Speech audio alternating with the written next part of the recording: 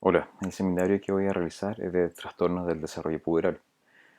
La pubertad es un fenómeno en el cual los individuos adquieren los caracteres sexuales secundarios que le permiten tener capacidad reproductiva. Los trastornos del desarrollo puberal son de dos grupos. Uno, aquellos que tienen retraso del desarrollo puberal y otros que tienen una pubertad adelantada o precoz. Para poder comprender este tema, voy a recordar un poco de fisiología, en el cual tenemos la región hipotalámica, hipofisiaria y gonadal. En la región hipotalámica se encuentran las neuronas que liberan GnRH u hormona liberadora de gonadotrofinas. Estas neuronas llegan al hipotálamo migrando desde la placa olfatoria en el tiempo del desarrollo embriológico. A nivel del hipotálamo, estas neuronas interactúan con otras que tienen estímulos que son inhibitorios o estímulos que son excitatorios.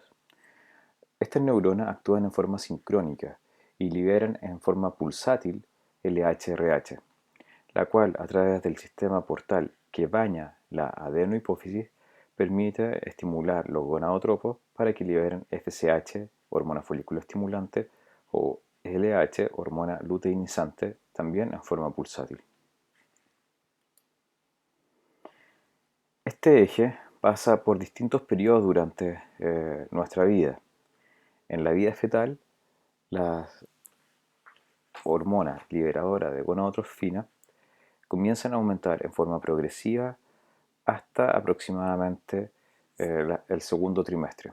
Posteriormente, y secundario al aumento de los estrógenos que se producen a nivel placentario, comienza a inhibirse. Luego, después del nacimiento, al no existir los estrógenos que se producen o se metabolizan a nivel de la placenta, el sistema hipotalámico hipofisiario vuelve a activarse aproximadamente desde las 2 semanas de vida y aumenta entonces la gonadotrofina durante un periodo que se conoce como mini pubertad. Durante el periodo de mini pubertad, el aumento de las gonadotrofinas provoca también un aumento de los esteroides sexuales, tanto en hombres como mujeres. Y por ejemplo, en este gráfico se observa cómo la testosterona alcanza incluso un pic entre los 4 y los 6 meses de vida, similar a como ocurre en las primeras etapas de la adolescencia en un varón. Luego de este periodo de mini pubertad, el eje hipotálamo hipofisiario se duerme y pasa un periodo de muy poca activación hasta que comienza nuevamente a ocurrir pulsos nocturnos de LH, como se observa en esta diapositiva. Acá están los pulsos de LH en una niña en etapa prepuberal, donde tiene muy poquita amplitud durante el día. En cambio, cuando está en pubertad inicial, los pulsos de LH comienzan a aumentar los pulsos durante la noche. Este es el primer fenómeno bioquímico que podemos observar cuando alguien está iniciando su desarrollo puberal.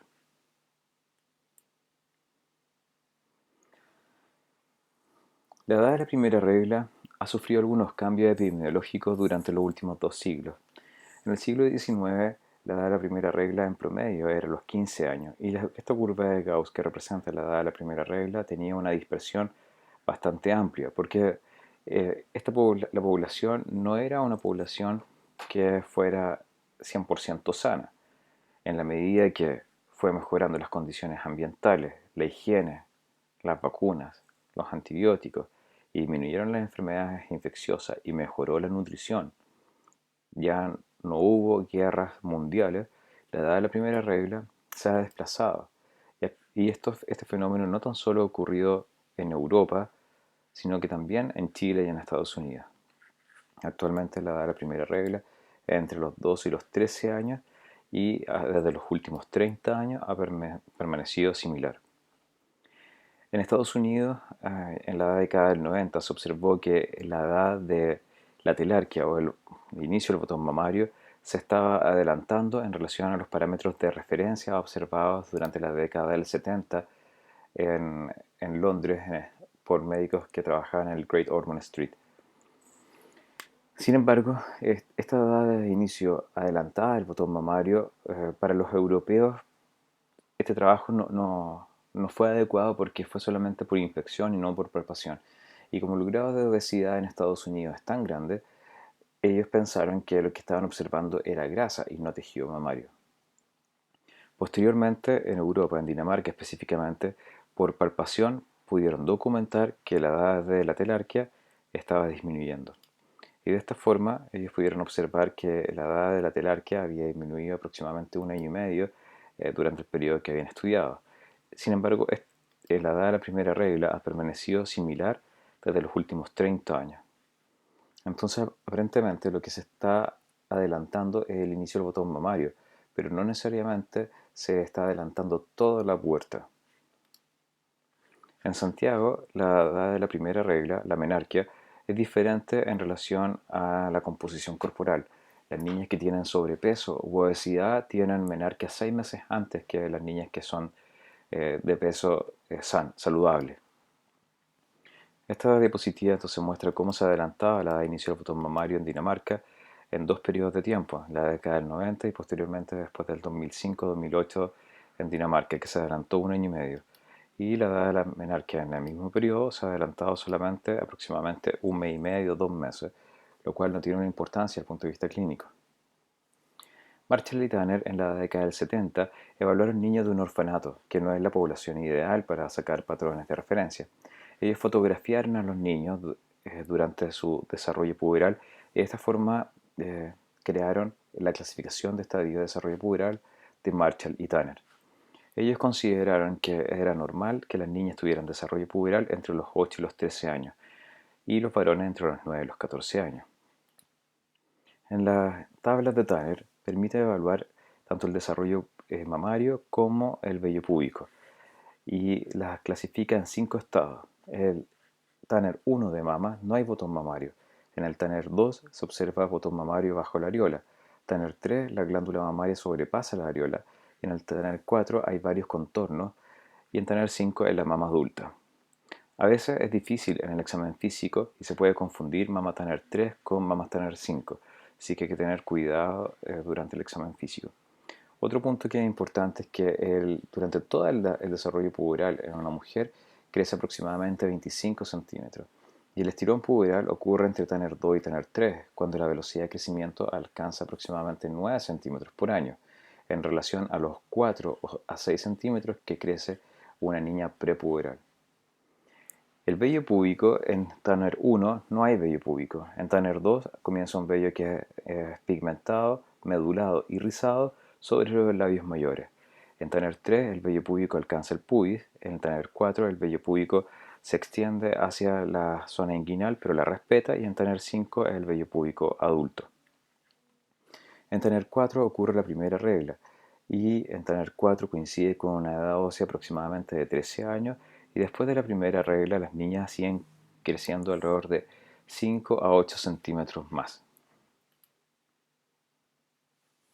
Entonces en esta diapositiva se resumen básicamente algunos eventos del desarrollo puberal en la mujer, que el estirón puberal ocurre entre Tanner 2 y Tanner 3, que el vello púbico se origina aproximadamente entre los 8 y los 14 años y medio, ¿okay? Que la edad de la menarquia ocurre en promedio a los 12 años y medio. Y esto es algo diferente en los varones. En los varones el estirón puberal no ocurre tan precozmente. En el varón, el hecho que marca el inicio del desarrollo puberal es el crecimiento del testículo. Cuando los testículos miden más de 3 centímetros cúbicos, es decir, 4 o más centímetros cúbicos, o en longitud axial de polo a polo más de 2,5 centímetros, es el primer evento que marca el inicio del desarrollo puberal. Esto coincide también con vello púbico en la base del pene. Este vello púbico es estadio Tanner 3 cuando se extiende sobre el pubis, Tanner 4 cuando ya está extendido pero respetando la zona inguinal y en Tanner 5 incluye la zona inguinal y muchas veces hacia el ombligo. El pene crece en longitud en Tanner 3, crece el glande en Tanner 4. El estirón puberal ocurre entre Tanner 3 y Tanner 4 cuando el volumen testicular es aproximadamente 12 centímetros cúbicos. Y en esta etapa también cuando 2 de cada 3 adolescentes tienen ginecomastia puberal, que es un fenómeno normal, es autolimitado, no requiere estudio. ¿Cómo se define qué es lo que es normal? Si partimos a través de una curva de Gauss, podemos observar que existen dos extremos: aquellos niños que se están desarrollando precozmente y aquellos individuos que se desarrollan en forma tardía. Pero también hay que considerar que pueden existir variantes normales del desarrollo, como niñas que tienen pubertades tempranas y sujetos que pueden tener retraso constitucional del desarrollo.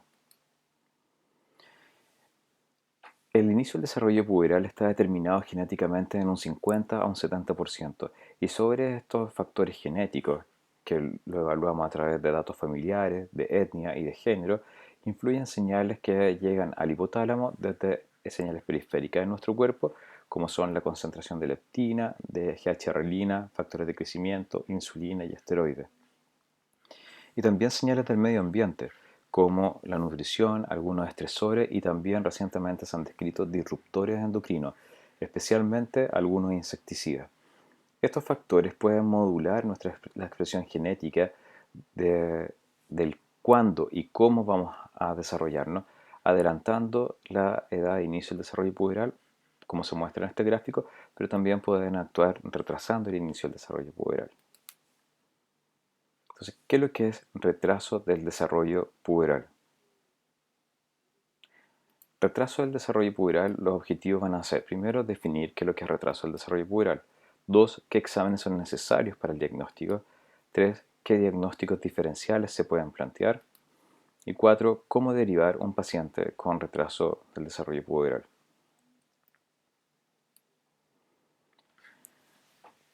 Se considera retraso del desarrollo puberal si hay ausencia de botón mamario en una mujer a los 13 años o ausencia de menarquia a los 15 años. Se considera retraso el desarrollo puberal en los varones cuando hay ausencia de crecimiento testicular a los 14 años.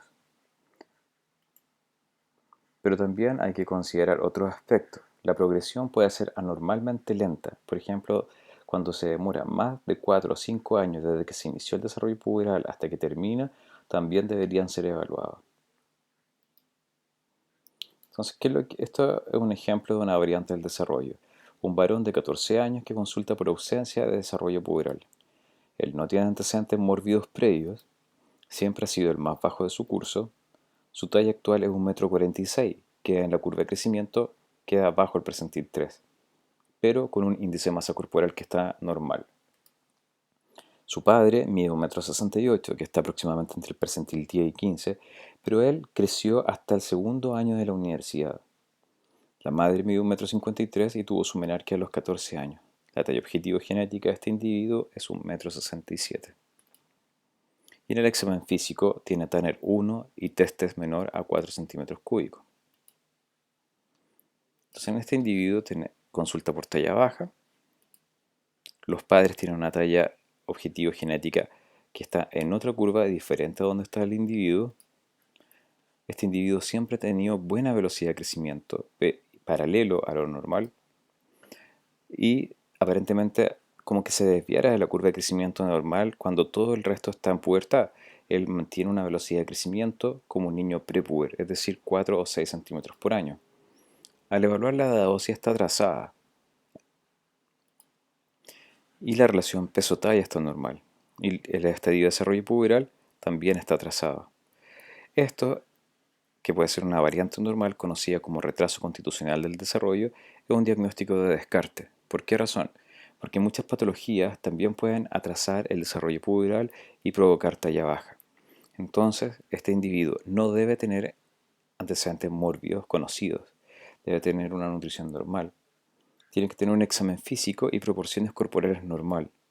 Por otro lado, no tiene que tener hipotiroidismo, hay que descartar que no tenga una anemia o un estado inflamatorio, que no tenga alteraciones electrolíticas, ni tampoco que sugieran una enfermedad renal, y con unos factores de crecimiento que sean adecuados para el estadio de desarrollo puberal y para la edad ósea.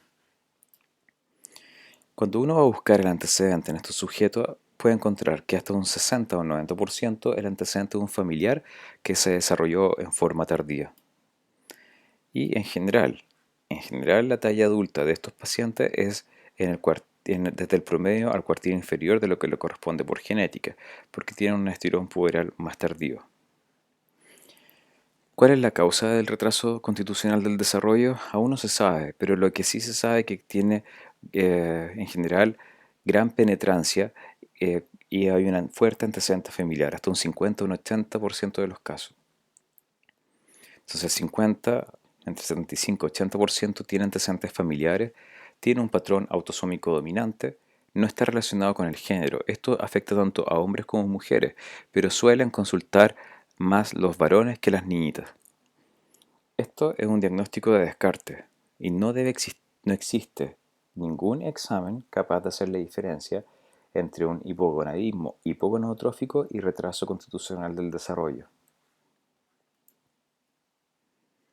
Ahora, desde el punto de vista de fisiología, para hipogonadismo tenemos, si a nivel hipotalámico o a nivel hipofisiario va a originar un hipogonadismo hipogonadotrófico.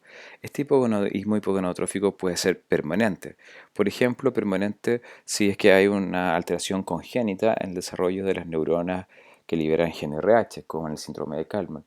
Pero también puede ser permanente cuando ha sido adquirido secundario a un daño por un tumor o una lesión anatómica en esta región. El hipogonadismo hipogonadotrófico también puede ser funcional. ¿Y qué significa funcional? Cuando hay otros factores que intervienen en el normal funcionamiento de esta región. Por ejemplo, en una enfermedad celíaca o una enfermedad crónica o en un trastorno psiquiátrico severo en el cual se altera la función hipotalámica hipofisiaria. Esto puede ser transitorio. Y en cuarto lugar, cuando hay lesión en las gónadas, acá se va a originar un hipogonadismo hipergonadotrófico, porque las gónadas no van a ser capaces de producir esteroides para hacer el feedback negativo hacia el hipotálamo y hacia la hipófisis. Entonces la ausencia de esteroides y la ausencia de feedback van a provocar que las gonadotrofinas estén muy altas, originando un hipogonadismo hipergonadotrófico.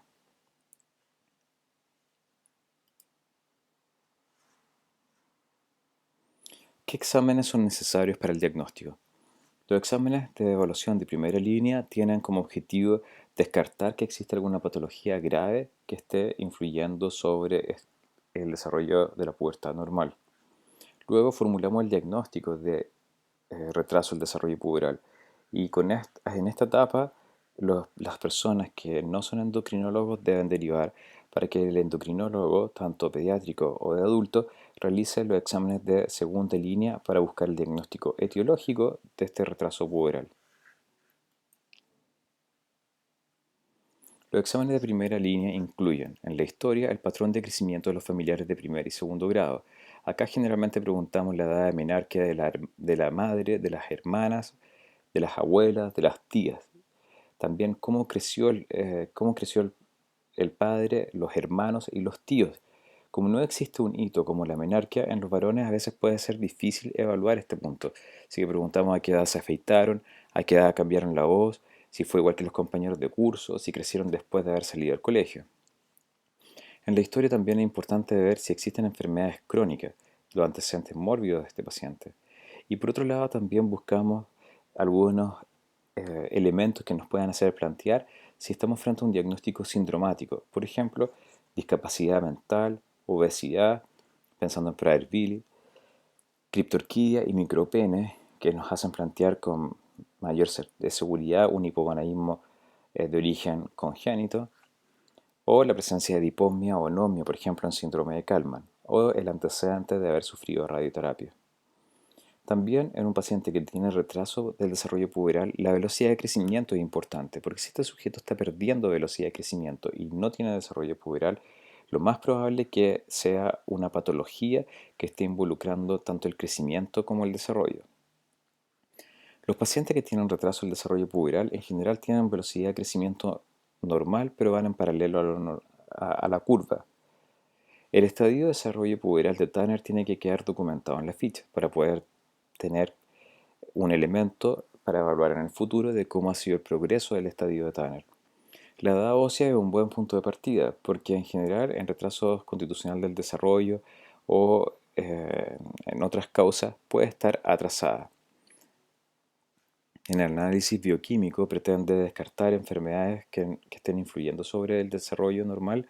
Las gonadotrofinas, si están altas y los esteroides sexuales están bajos, hace plantear el diagnóstico de hipogonadismo hipergonadotrófico.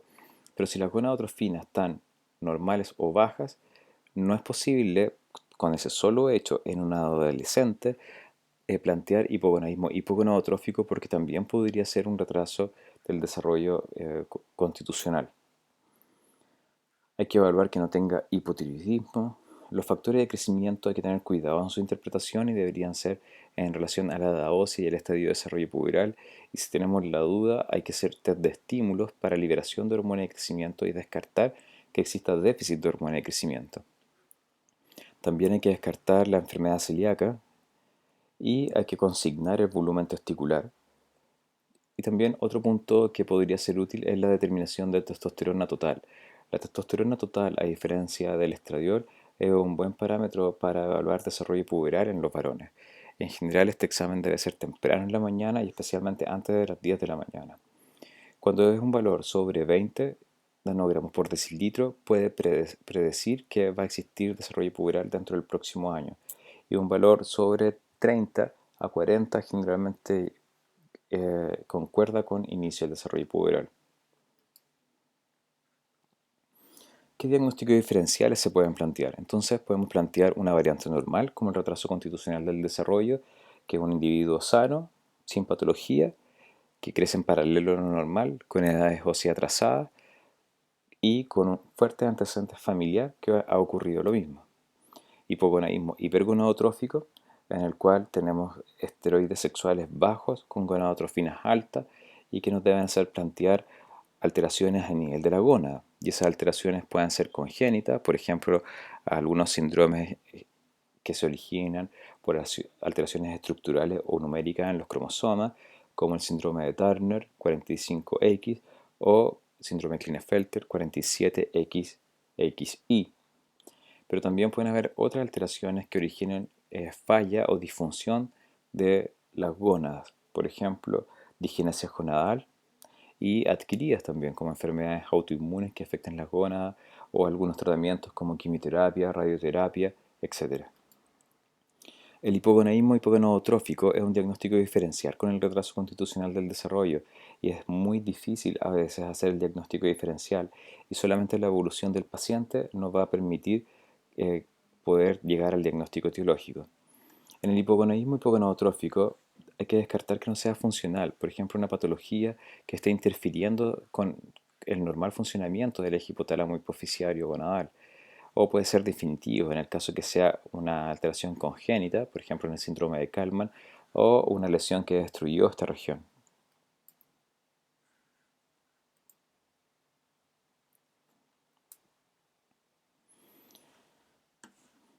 Otra forma de evaluar los pacientes con retraso puberal es con la determinación de gonadotrofinas basales. Si están elevadas, entonces realizar el cariotipo para ver si hay alteraciones estructurales o numéricas de los cromosomas. Si están normales o bajas, evaluar cómo está la velocidad de crecimiento. Si la velocidad de o la talla. Si la talla está normal y no tiene desarrollo puberal, puede ser una deficiencia de gonadotrofinas aislada. Pero si la talla es baja, hay que ver cómo está la velocidad de crecimiento. Si la velocidad de crecimiento en un individuo con talla baja va disminuyendo, ojo, y hay que descartar patología. Si la talla es baja, pero la velocidad de crecimiento está normal, podría ser un retraso constitucional del desarrollo y eso es un diagnóstico de descarte. La investigación de segunda línea generalmente la hacen los endocrinólogos. Acá se puede contar con diferentes pruebas, por ejemplo las pruebas de estimulación con GnRH, donde se administra GnRH y se ve cómo responde la hipófisis.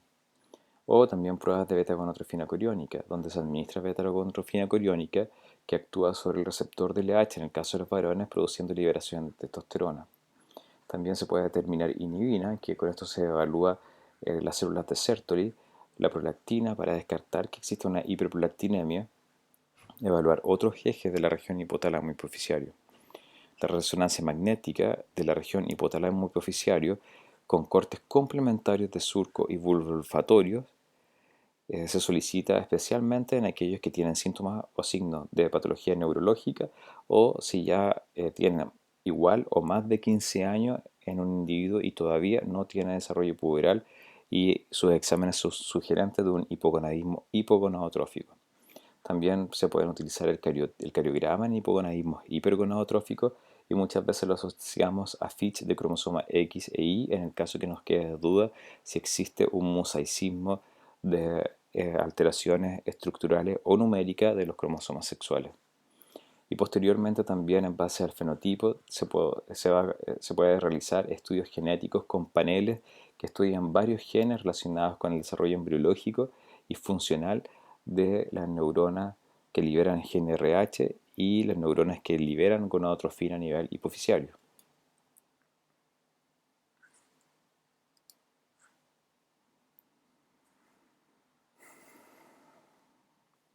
Esta es una paciente que consultaba por diarrea crónica de larga data. Ella tenía dolor abdominal recurrente, cefalea, astenia, anemia y tenía una piel seca con poca masa muscular.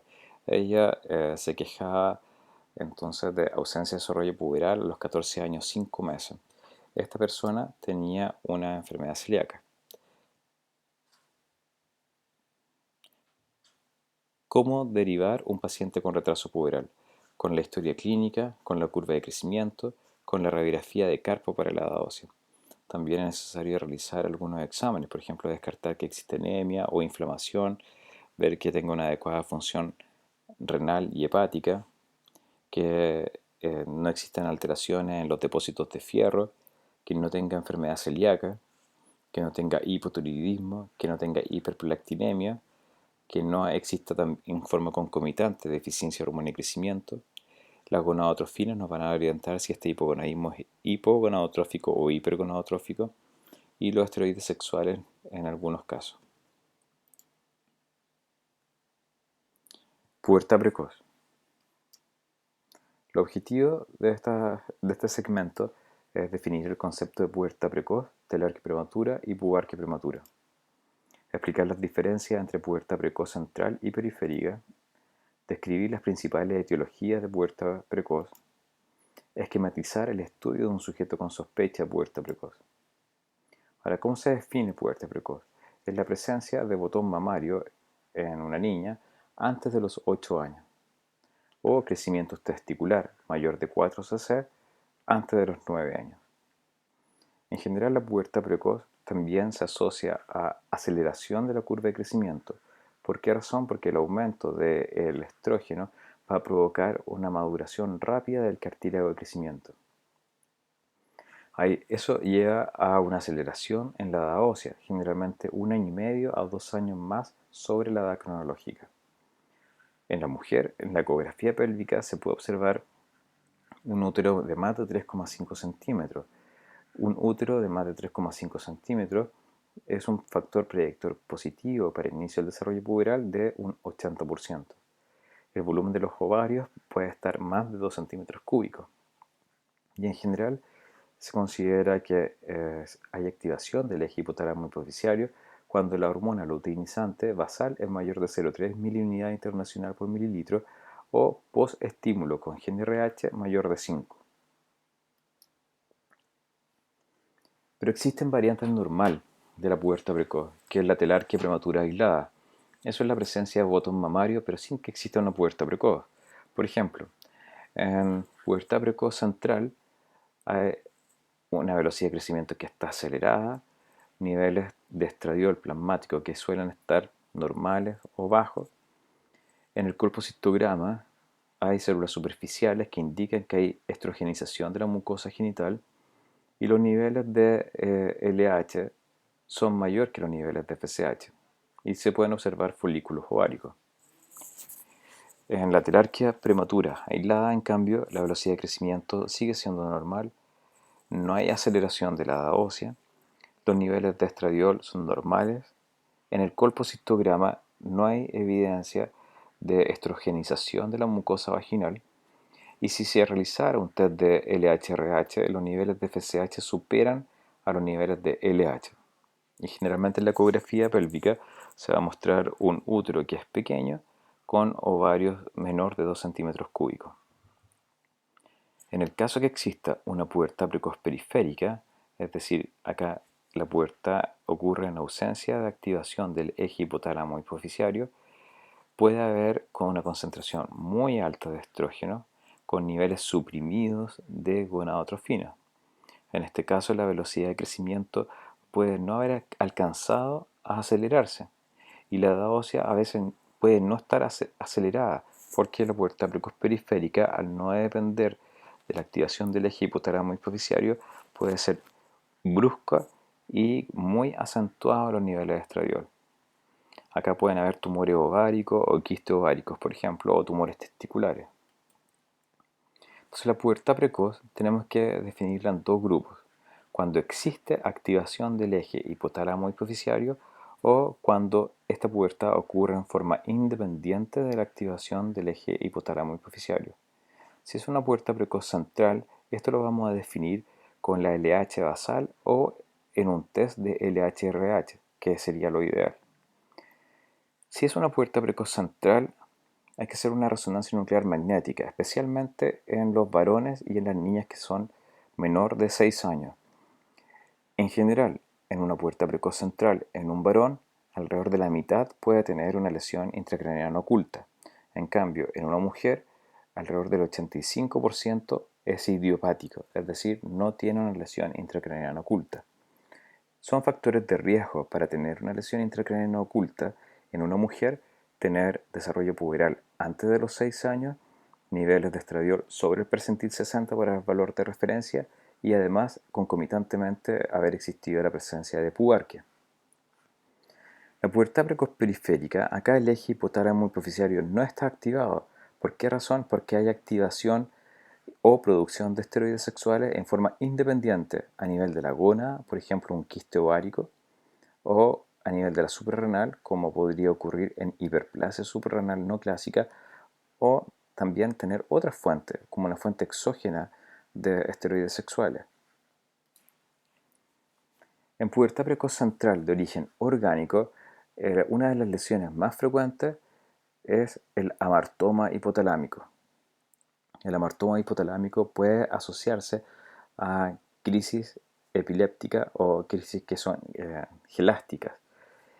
Este amartoma es una lesión que es benigna y que contiene neuronas que liberan GNRH, pero en una ubicación ectópica, que va a originar la liberación de GNRH en forma pulsátil y que no va a tener, al no tener la ubicación normal desde el punto de vista anatómico, no tiene las neuronas que normalmente inhiben a las neuronas liberadoras de GNRH.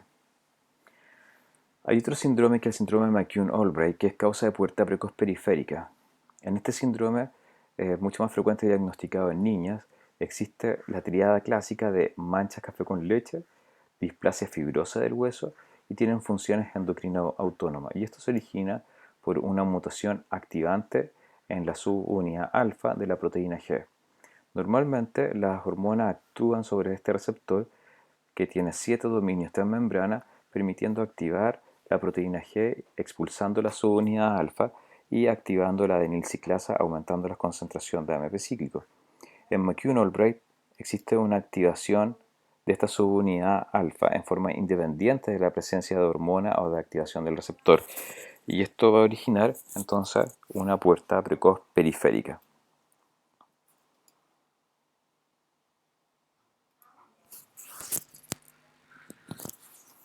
La pubarquia prematura es otra variante que hay que estudiar. Es la presencia de vello púbico, en las mujeres antes de los 8 años y en los varones antes de los 9 años.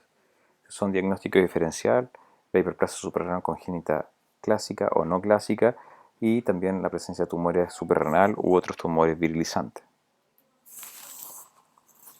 En la hiperplasia suprarrenal congénita se produce una deficiencia de 21-hidroxilasa, esta es la forma más frecuente, y cuando hay deficiencia de esta enzima no se produce en forma adecuada las concentraciones de cortisol, tampoco de aldosterona en el caso que sea clásica. Cuando hay déficit de cortisol no hay feedback negativo hacia el hipotálamo y hacia la hipófisis y aumenta entonces la ACTH, que va a presionar este sistema acumulándose los sustratos previo al déficit enzimático. Al acumularse sustratos de los andrógenos se van a desviar hacia vías que están normales, produciendo un aumento en la concentración de andrógenos, lo que va a originar virilización en el caso del feto femenino en una hiperplasia suprarrenal congénita clásica, o también se puede manifestar como una pubertad precoz periférica en el caso de la hiperplasia suprarrenal congénita no clásica. Entonces, si estamos frente a una pubertad precoz central o periférica, tenemos que hacer una historia que nos permita diferenciar cómo se inició, cómo progresó, si hay trauma o infección o alguna alteración conocida de la región del sistema nervioso central, si hay síntomas asociados a disfunciones neurológicas, si hay síntomas asociados a disfunciones endocrinas, pensando también en McCune-Albright, si hay exposición exógena a esteroides sexuales, historia de dolor abdominal, por ejemplo, si hay un quiste ovárico que se esté torciendo, historia familiar de otras pacientes que hayan tenido pubertad precoz o que hayan tenido historia de virilización. En el examen físico importa la talla del paciente, la velocidad de crecimiento, cómo han sido los caracteres sexuales secundarios, si ha sido sincrónico, como se esperaría normalmente, o asincrónico. En general, la presencia de caracteres sexuales sincrónicos sugiere una pubertad precoz central y asincrónicos podrían sugerir una pubertad precoz periférica, pero la única forma de determinar si es central o periférica es documentando que hay activación del eje hipotálamo hipoficiario gonadal. El examen neurológico, a veces puede ser útil el fondo de ojo y el campo visual. Buscar signos de virilización, por ejemplo, aumento de masa muscular, aumento de tamaño del falo, signos de Cushing también, aumento de la grasa bitemporal, supraclavicular, hipertensión arterial. Y en la piel, dejar consignado si hay presencia de acné, olor apócrino, que es el olor axilar, presencia de comedones, manchas café con leche y también hirsutismo.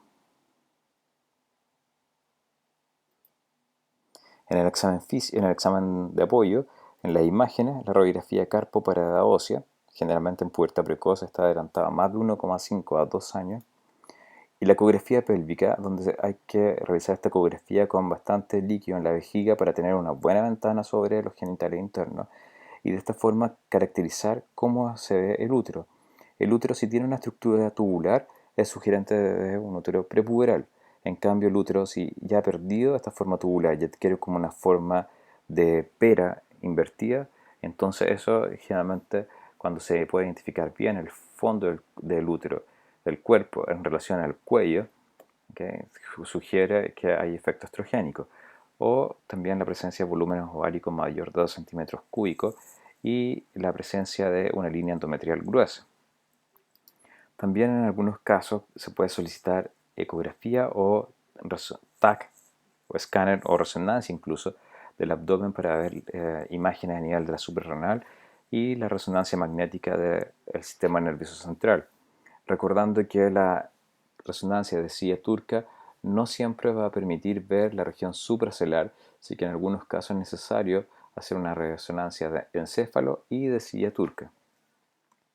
Desde el punto de vista del laboratorio, estudiamos con la prueba de GNRH si hay una activación del eje hipotálamo hipoficiario, el estradiol, la testosterona y en algunas oportunidades si hay sospecha de que existe una pubertad precoz periférica, también puede ser necesario descartar, especialmente en los varones, tumores productores de beta-gonadotrofina coriónica y también se puede determinar alfa-fetoproteína y también 17-hidroxiprogesterona basal para realizar diagnóstico diferencial de hiperplasia suprarrenal congénita. Entonces, en resumen, las personas que atienden niños deben ser capaces de distinguir entre un crecimiento normal y patológico.